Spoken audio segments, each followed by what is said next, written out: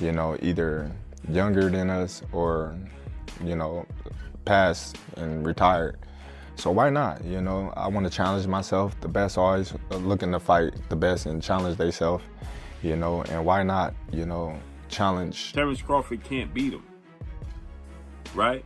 This is a money grab for Terence Crawford.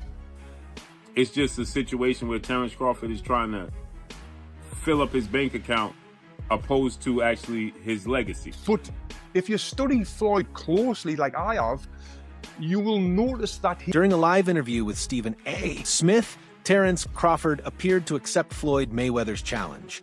He explained that boxing, for him, has always been about pushing boundaries and embracing every test, no matter how difficult. Crawford stressed that the sport is at its best when the greatest face each other, and he's prepared to rise to that stage once again. With steady confidence, he framed a potential fight with Mayweather as another chance to prove himself and surpass expectations. Because this is Terence the businessman talking, right? They got to pay the cheddar to make it better, right? For sure, for sure. All money ain't good money, so you got to know that. Okay, fair enough. I hate to use the word easy, but at times it did feel like you were, you know, having a really easy time out there. Were you expecting it to play out that way? Listen, it's never easy, you know. Stephen A. Smith has never held back in his sports commentary, and boxing is no exception. When he credits Terence Crawford for conquering 4 different weight divisions, it's more than casual praise. It's recognition of an extraordinary accomplishment in modern boxing. At a time when many fighters shy away from moving between weight classes due to the risks, Crawford's dominance across 4 divisions sets him apart. Smith emphasizes that this versatility and success solidify Crawford's place among the all-time pound-for-pound greats. It reflects not only his physical adaptability, but also his technical skill, mental resilience, and relentless drive to take on tougher challenges at every stage of his career. Terence Crawford is the best fighter on the planet. Pound for pound, he's that dude. In this 4-belt era, he is now the undisputed world champion 3 times over. 140 pounds, 147, now 168 pounds, claiming all the belts. You don't see people doing that very often. Going up against a guy who was perceived as being bigger and stronger, Crawford was strong. Crawford was strong enough to fend him off, strong enough to make him respect his own power. He used his jab, he used his distance. He had poise in the ring, he wasn't rattled. He backed up and moved when necessary and kept us different. He exchanged enough to gain respect when necessary. It was a brilliant, brilliant, masterful fight on Terence Crawford's part. A brilliant, brilliant, masterful fight by Terence Crawford. Those were the words of Roy Jones Jr., a boxing legend who knows what it takes to dominate across multiple divisions. He praised Crawford's performance, particularly in his clash with Canelo Alvarez.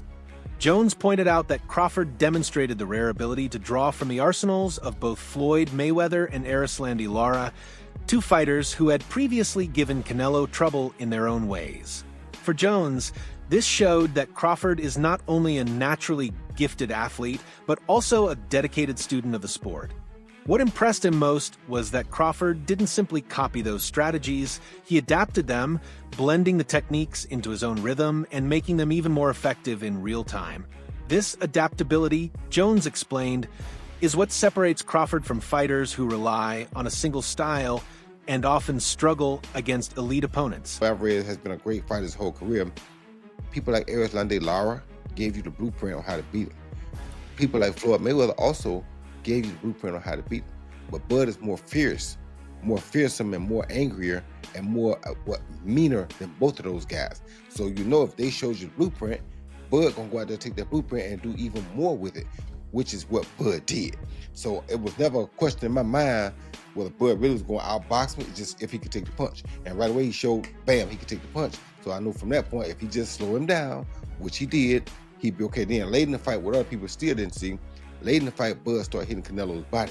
One of those body shots, I think about the 7th or 8th round, hurt Canelo. I was like, whoa. Bud hit him in the right spot then, and he got Canelo's respect with that too. So Bud fought a very, very awesome fight, fought a beautiful fight, very tactical. Very controlled. Yes, it was a beautiful fight for boxing. It was a beautiful fight. You know, Bud got hit with some shots. He did. He got hit with some single shots going out. You know, he's going out, and you know Canelo, if he has you trapped in the corner or along the ropes, it's typically 1 to 2 big shots. You know that if you've watched him. Yep. So you could tell Crawford, as he was going out, he knew the one shot was coming, and several times it landed. He even got hit with a 2-piece. I don't remember what round it was, uppercut right hand that Crawford took well. So when you started seeing him absorb the shots, if you're Team Crawford, you don't want him to take that shot. But if you started seeing that, now you know that, okay. And I think that's what gave Crawford the green light to stay there a little bit longer. He smiled about it. Yeah. And sometimes that smile can be a lie, and sometimes that smile can mean what I think it meant for Crawford, which is, oh, that's not as bad as I thought it was. Prospect of Terence Crawford stepping into the ring with Floyd Mayweather, even in an exhibition, has stirred strong debate. Critics warn that such a matchup could tarnish Crawford's legacy. They argue that rather than building on his historic victories over Errol Spence and Canelo Alvarez, it might give the impression he's chasing financial reward over competitive greatness. This concern stems from Mayweather's recent track record, which has leaned heavily toward lucrative exhibitions instead of legacy-defining contests. Analysts suggest that Crawford has worked too hard to risk being viewed as another fighter prioritizing money over history. Others, however, believe Crawford's legacy is already cemented. From that perspective, a fight with Mayweather would not diminish his standing, but instead serve as an intriguing new chapter in his remarkable career. Still greater than Terence Crawford. We need to really talk about this now. A lot of you guys are putting Crawford a bit too high. If you want to say Crawford could beat Floyd, I'm more open to that conversation, but when you're lining up the careers, I'm going to say Floyd every time. While they're both 5 division, Bud has become 3-time undisputed, but he's only fought 10 world champions to Floyd's 25 world champions. You can't take away the 5 division, 3-time undisputed. In terms of accolades, yeah, he probably gets the nod over Floyd. I say their accolades are about relative, considering Floyd Mayweather won Fighter of the Decade as well. But when you get to the resumes, Pacquiao, Oscar, Canelo, Cotto, Mosley, Castillo, Marquez, Zab, Gotti, Hatton, and Corley. There's probably way more people that this guy just didn't name. And then when you get to Bud's resume, not saying it's just bad, but the only names that's really worth mentioning is going to be Spence and Canelo. It's not a knock on Bud. Bud was not able to make those fights early on in his career. But I got to tell you guys what it is. Bud's resume just doesn't line up with Floyd's. Take their top 20 wins. Bud don't even got 20 wins to really sit here and name. Floyd got a good 20-something plus. Bud probably got about 10 wins that we could really sit here and name. Floyd's still greater than Bud, in my opinion. When fans compare the careers of Floyd Mayweather and Terence Crawford, the discussion quickly grows complicated. Mayweather's resume features wins over some of the sport's biggest names, yet critics often highlight the timing of those victories. For instance, Canelo Alvarez was still young and relatively untested when he faced Mayweather, while Manny Pacquiao entered their long-awaited 2015 clash carrying reports of an injury. Adding to the debate is Mayweather's reluctance to grant rematches, particularly with Pacquiao, which left unanswered questions for many fans. By contrast, Crawford's dominance has largely come against opponents viewed as being at their peak when they met him. This contrast fuels an ongoing question in boxing circles.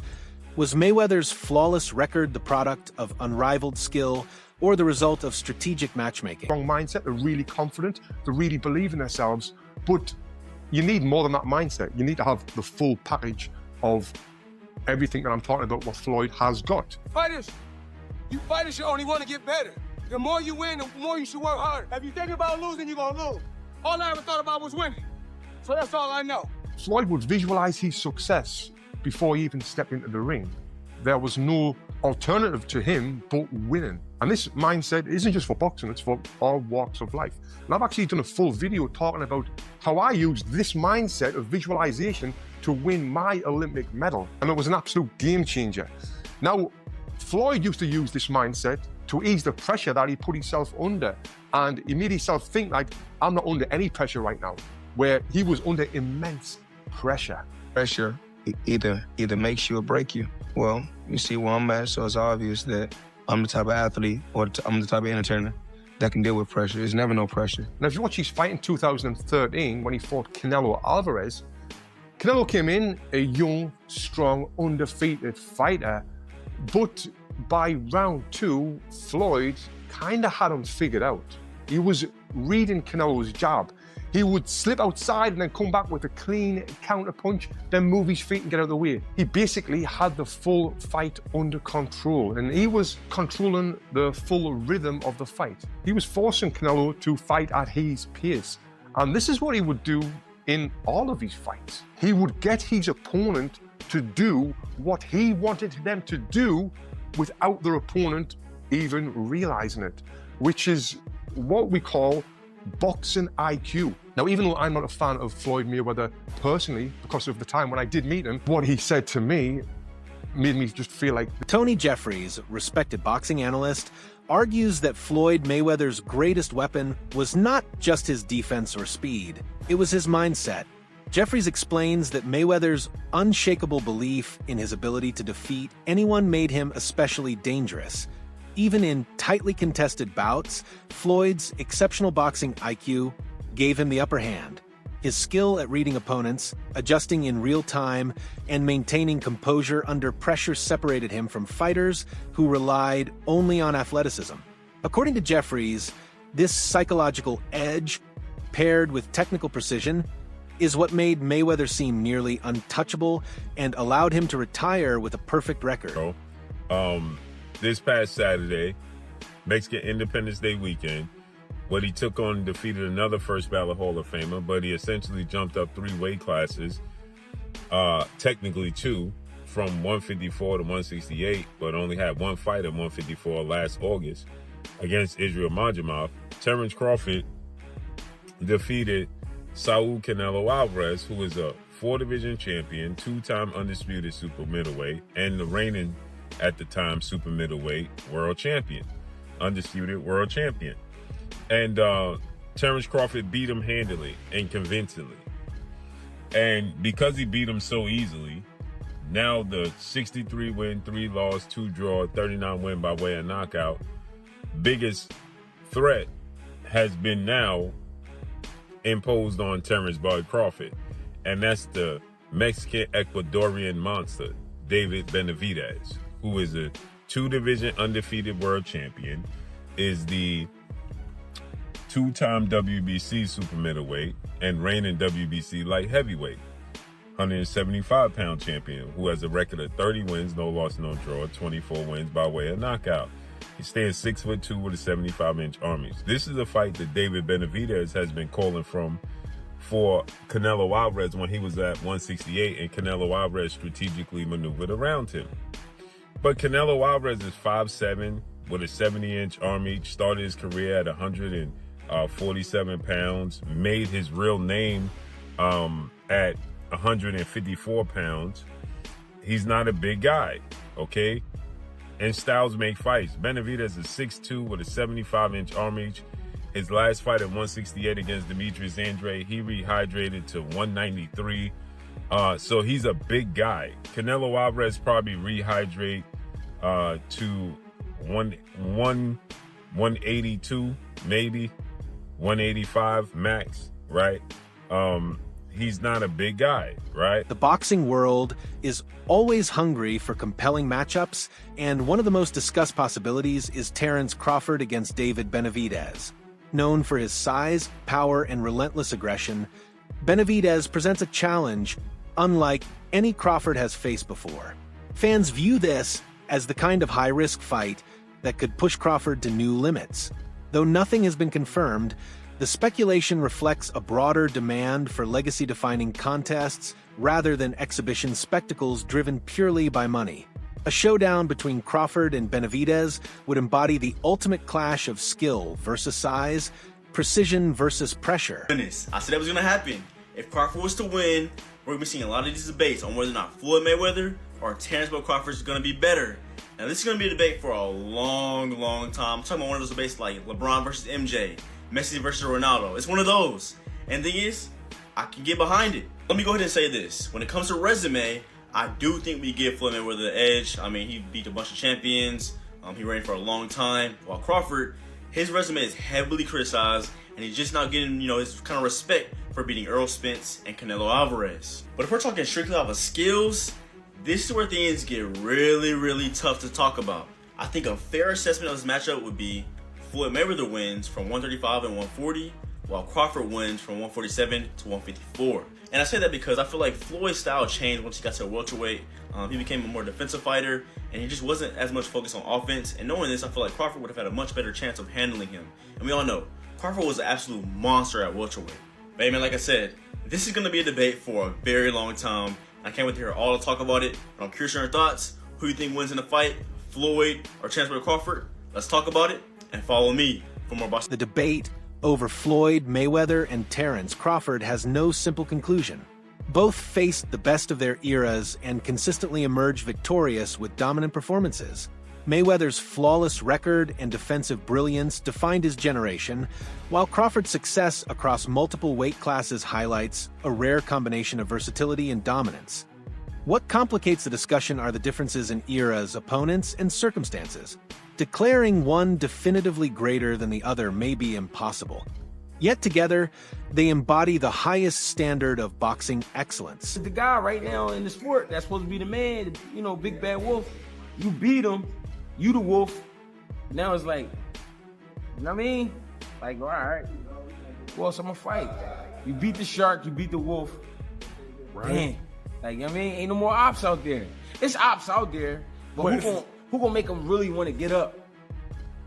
That's the shit gotta make sense. That's like you said, you be the shark, and then you be the wolf. Yeah. But there's the monster. Yeah, there is, but that's like a real monster. Bro, that's to me it don't make sense. But that's really what a monster. Yo, is that proof? All right, we got the legendary Pape in the building. Legend. Sure, man. But what makes sense? Like, what makes the most sense?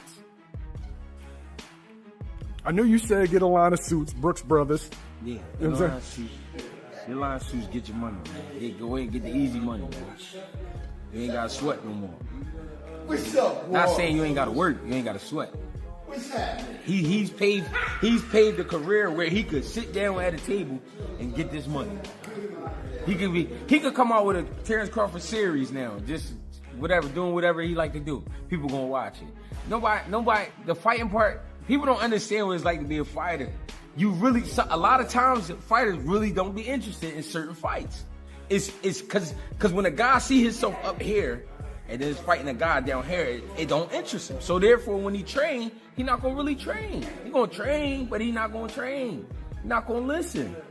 He gonna feel like his coach taking it too serious, and he's like, man, we ain't this. Greg Hackett's comments on Terence Crawford's victory over Canelo Alvarez captured the symbolic weight of that moment. By calling Canelo the best in boxing, Hackett acknowledged the Mexican star's dominance over the past decade. Crawford didn't just face him, he seized control and dismantled him. Hackett described the fight as a dramatic power shift, declaring Crawford the new predator of the sport, the man everyone else fears, the one at the very top. This was more than another win. It reshaped the boxing landscape, marking Crawford as the fighter who dethroned the shark and became the hunter himself. Action.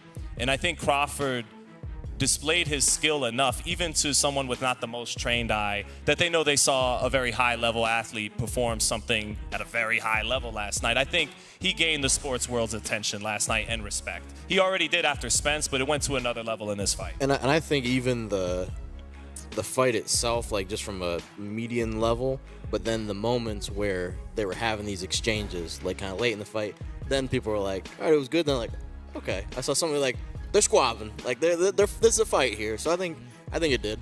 And Crawford closed the show. Yeah. In 10, 11, 12, he stood in there and landed some hard shots and rocked Canelo at the bell. He didn't, well, James was talking about the great Floyd Mayweather. Floyd would go up on you 8-0 and then coast, and you might as well turn the fight off at midway through the ninth. Like, he's not going to, but Crawford. Terence Crawford's triumph over Canelo Alvarez was a career-defining moment that erased any lingering doubts.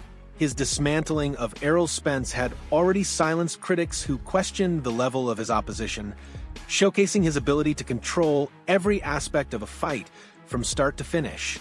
But it was the domination of Canelo, once viewed as nearly untouchable, that truly cemented Crawford's place in boxing history. Analysts now agree that with these victories, there is no debate left. Crawford belongs among the greatest fighters of all time. His ability to outclass champions across multiple divisions proves a level of dominance beyond argument.